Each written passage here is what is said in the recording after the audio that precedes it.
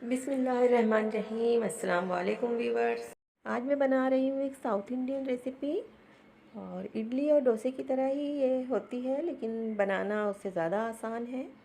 और नाम है इसका ऑनियन उत्तपम।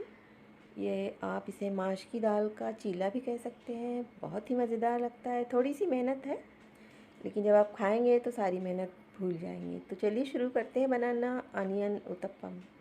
इसके लिए हमें चाहिए 1 कप चावल और आधा कप माश की या उड़द की दाल।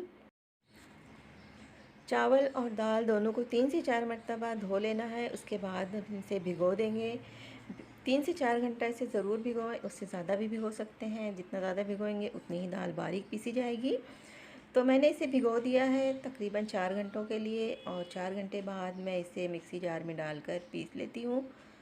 और बहुत ही बारीक पीसना है, तो 2-3 मिनट तक मिक्सी में इसे पीस लीजिए। जैसा कि आप देख रहे हैं, बहुत ही स्मूथ सा बैटर तैयार हुआ है। और अब इसे एक दूसरे बर्तन में डालकर अच्छी तरह से फेंट लेना है। और ये मुझे ज़्यादा थिक लग रहा है, तो मैं इसमें अभी थोड़ा सा पानी भी ऐड करूँगी। बिल्कुल इडली या डोसे की तरह ही इसका बैटर होता है। तो पानी इसमें अच्छी तरह से मिला लेने के बाद मैं इसे ढककर रख देती हूँ रात भर के लिए, या फिर कम से कम 6-7 घंटों के लिए इसे ज़रूर रख दें, ताकि इसमें खमीर उठ जाए।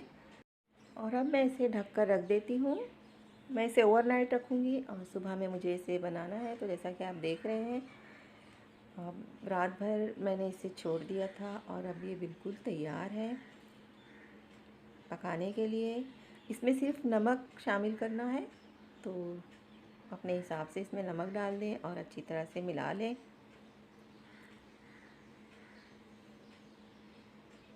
इसी से आप इडली और डोसा भी बना सकते हैं। तो अब एक पैन में मैंने थोड़ा सा तेल डाल दिया है, तकरीबन आधा चम्मच। और अब इस बैटर को इसमें फैला देना है। बहुत पतला या बहुत मोटा नहीं रखना है।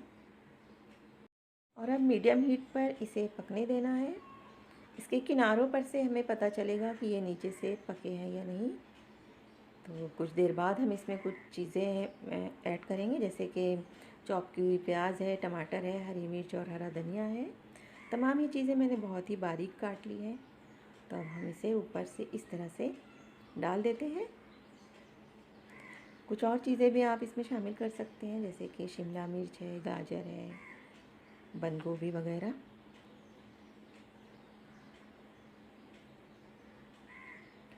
और नाज़रीन, अगर आप नए हैं तो मेरे चैनल को सब्सक्राइब कर लीजिए। आपको अच्छी अच्छी डिशेस देखने को मिलेंगी। और अगर आपको वीडियो पसंद आए तो लाइक का बटन दबाना मत भूलिएगा। और कमेंट में मुझे ज़रूर बताइए वीडियो, ये डिश आपको कैसी लगी, अच्छी या बुरी, जैसी भी लगी मुझे ज़रूर कमेंट में बताइए। तो थोड़ा देर के लिए हम इसे ढक देते हैं। तो जैसा कि आप देख रहे हैं, ये एक साइड से पक चुके हैं। अब हम इन्हें पलट देते हैं। दूसरी तरफ से भी हम इसे कुछ देर पका लेंगे।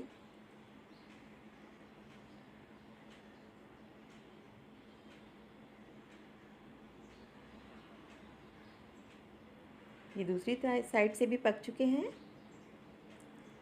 बस अब इन्हें निकाल लेना है। बहुत जल्दी पक जाते हैं, बस जो है इसकी तैयारी जो है शुरू की, उसमें थोड़ा वक्त लगता है। और खाने में तो बेहद मज़ेदार होते हैं। इसी तरह से मैं दूसरा चीला भी तैयार कर लेती हूँ।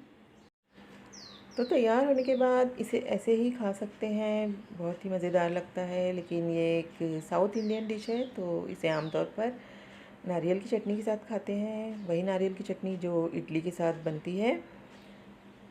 आप वैसे इसे दही की चटनी या आम जो नॉर्मल चटनी होती है, हरी चटनी के साथ भी खा सकते हैं।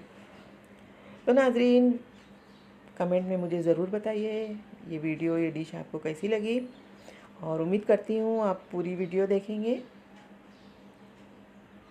और पसंद आने पर लाइक का बटन भी ज़रूर दबाइए।